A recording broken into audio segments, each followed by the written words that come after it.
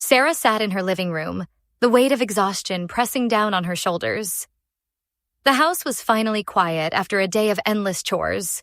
Laundry folded, dishes washed, floors swept, all while caring for her 3-month-old daughter, Emma. Her body ached from the constant movement, the endless cycle of motherhood that demanded everything she had to give. When her mother-in-law, Diane, had called announcing she was just stopping by, Sarah had felt that familiar knot form in her stomach. These unplanned visits always seemed to happen on her most depleted days. Diane had arrived with a basket of vegetables from her garden, chatting animatedly about the neighborhood gossip as she made herself comfortable in Sarah's home. Her husband Michael greeted his mother warmly, offering her tea as she settled into the armchair that faced the television, quickly changing the channel to her preferred news program. The afternoon sun filtered through the curtains as Sarah tried to maintain polite conversation while folding the last of the baby clothes. Her breasts began to ache, that familiar signal that Emma would be hungry soon. As if on cue, tiny whimpers emerged from the baby monitor. When Sarah returned with Emma nestled in her arms, the baby's fussing intensified. That distinctive cry that only a mother recognizes? Hunger.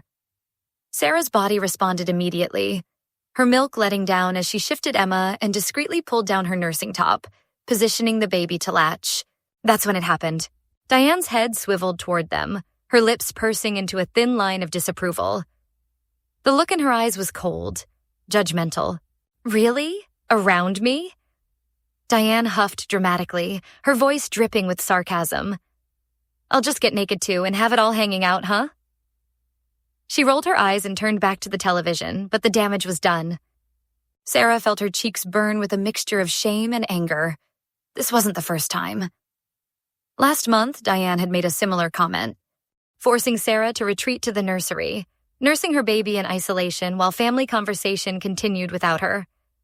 Michael had even bought her a nursing cover afterward, a well-intentioned gesture that only reinforced the idea that feeding her child was somehow inappropriate.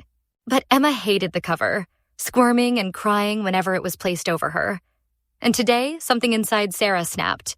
Maybe it was the cumulative exhaustion of sleepless nights. Maybe it was the hormones still surging through her postpartum body. Or maybe it was simply the primal instinct of a mother protecting her right to care for her child. Without a word, Sarah stood up. Her movements were deliberate as she pulled her top completely off, standing before her mother-in-law with nothing but her nursing bra, her eyes locked directly on Diane's shocked face. I'll feed my baby when I want in my house, Sarah stated, her voice surprisingly steady despite the thundering of her heart. The room fell silent except for Emma's contented nursing sounds. If you don't like it, you can leave. The color drained from Diane's face as Sarah calmly sat back down, adjusting Emma against her breast. I can't believe this girl, Diane muttered, gathering her purse with trembling hands before storming out the front door. The slam echoed through the house, followed by a heavy silence. Michael stood frozen between the living room and the hallway, his expression unreadable. You didn't have to go that far, he finally said, his phone buzzing with incoming messages from his mother. But as Sarah looked down at Emma's peaceful face, she couldn't bring herself to regret her actions. In that moment of raw vulnerability and strength, she hadn't been thinking about propriety or family politics. She had simply been a mother, feeding her hungry child in her own home. What would you have done in Sarah's situation? Was she justified in taking a stand, or did she cross a line? Share your thoughts below.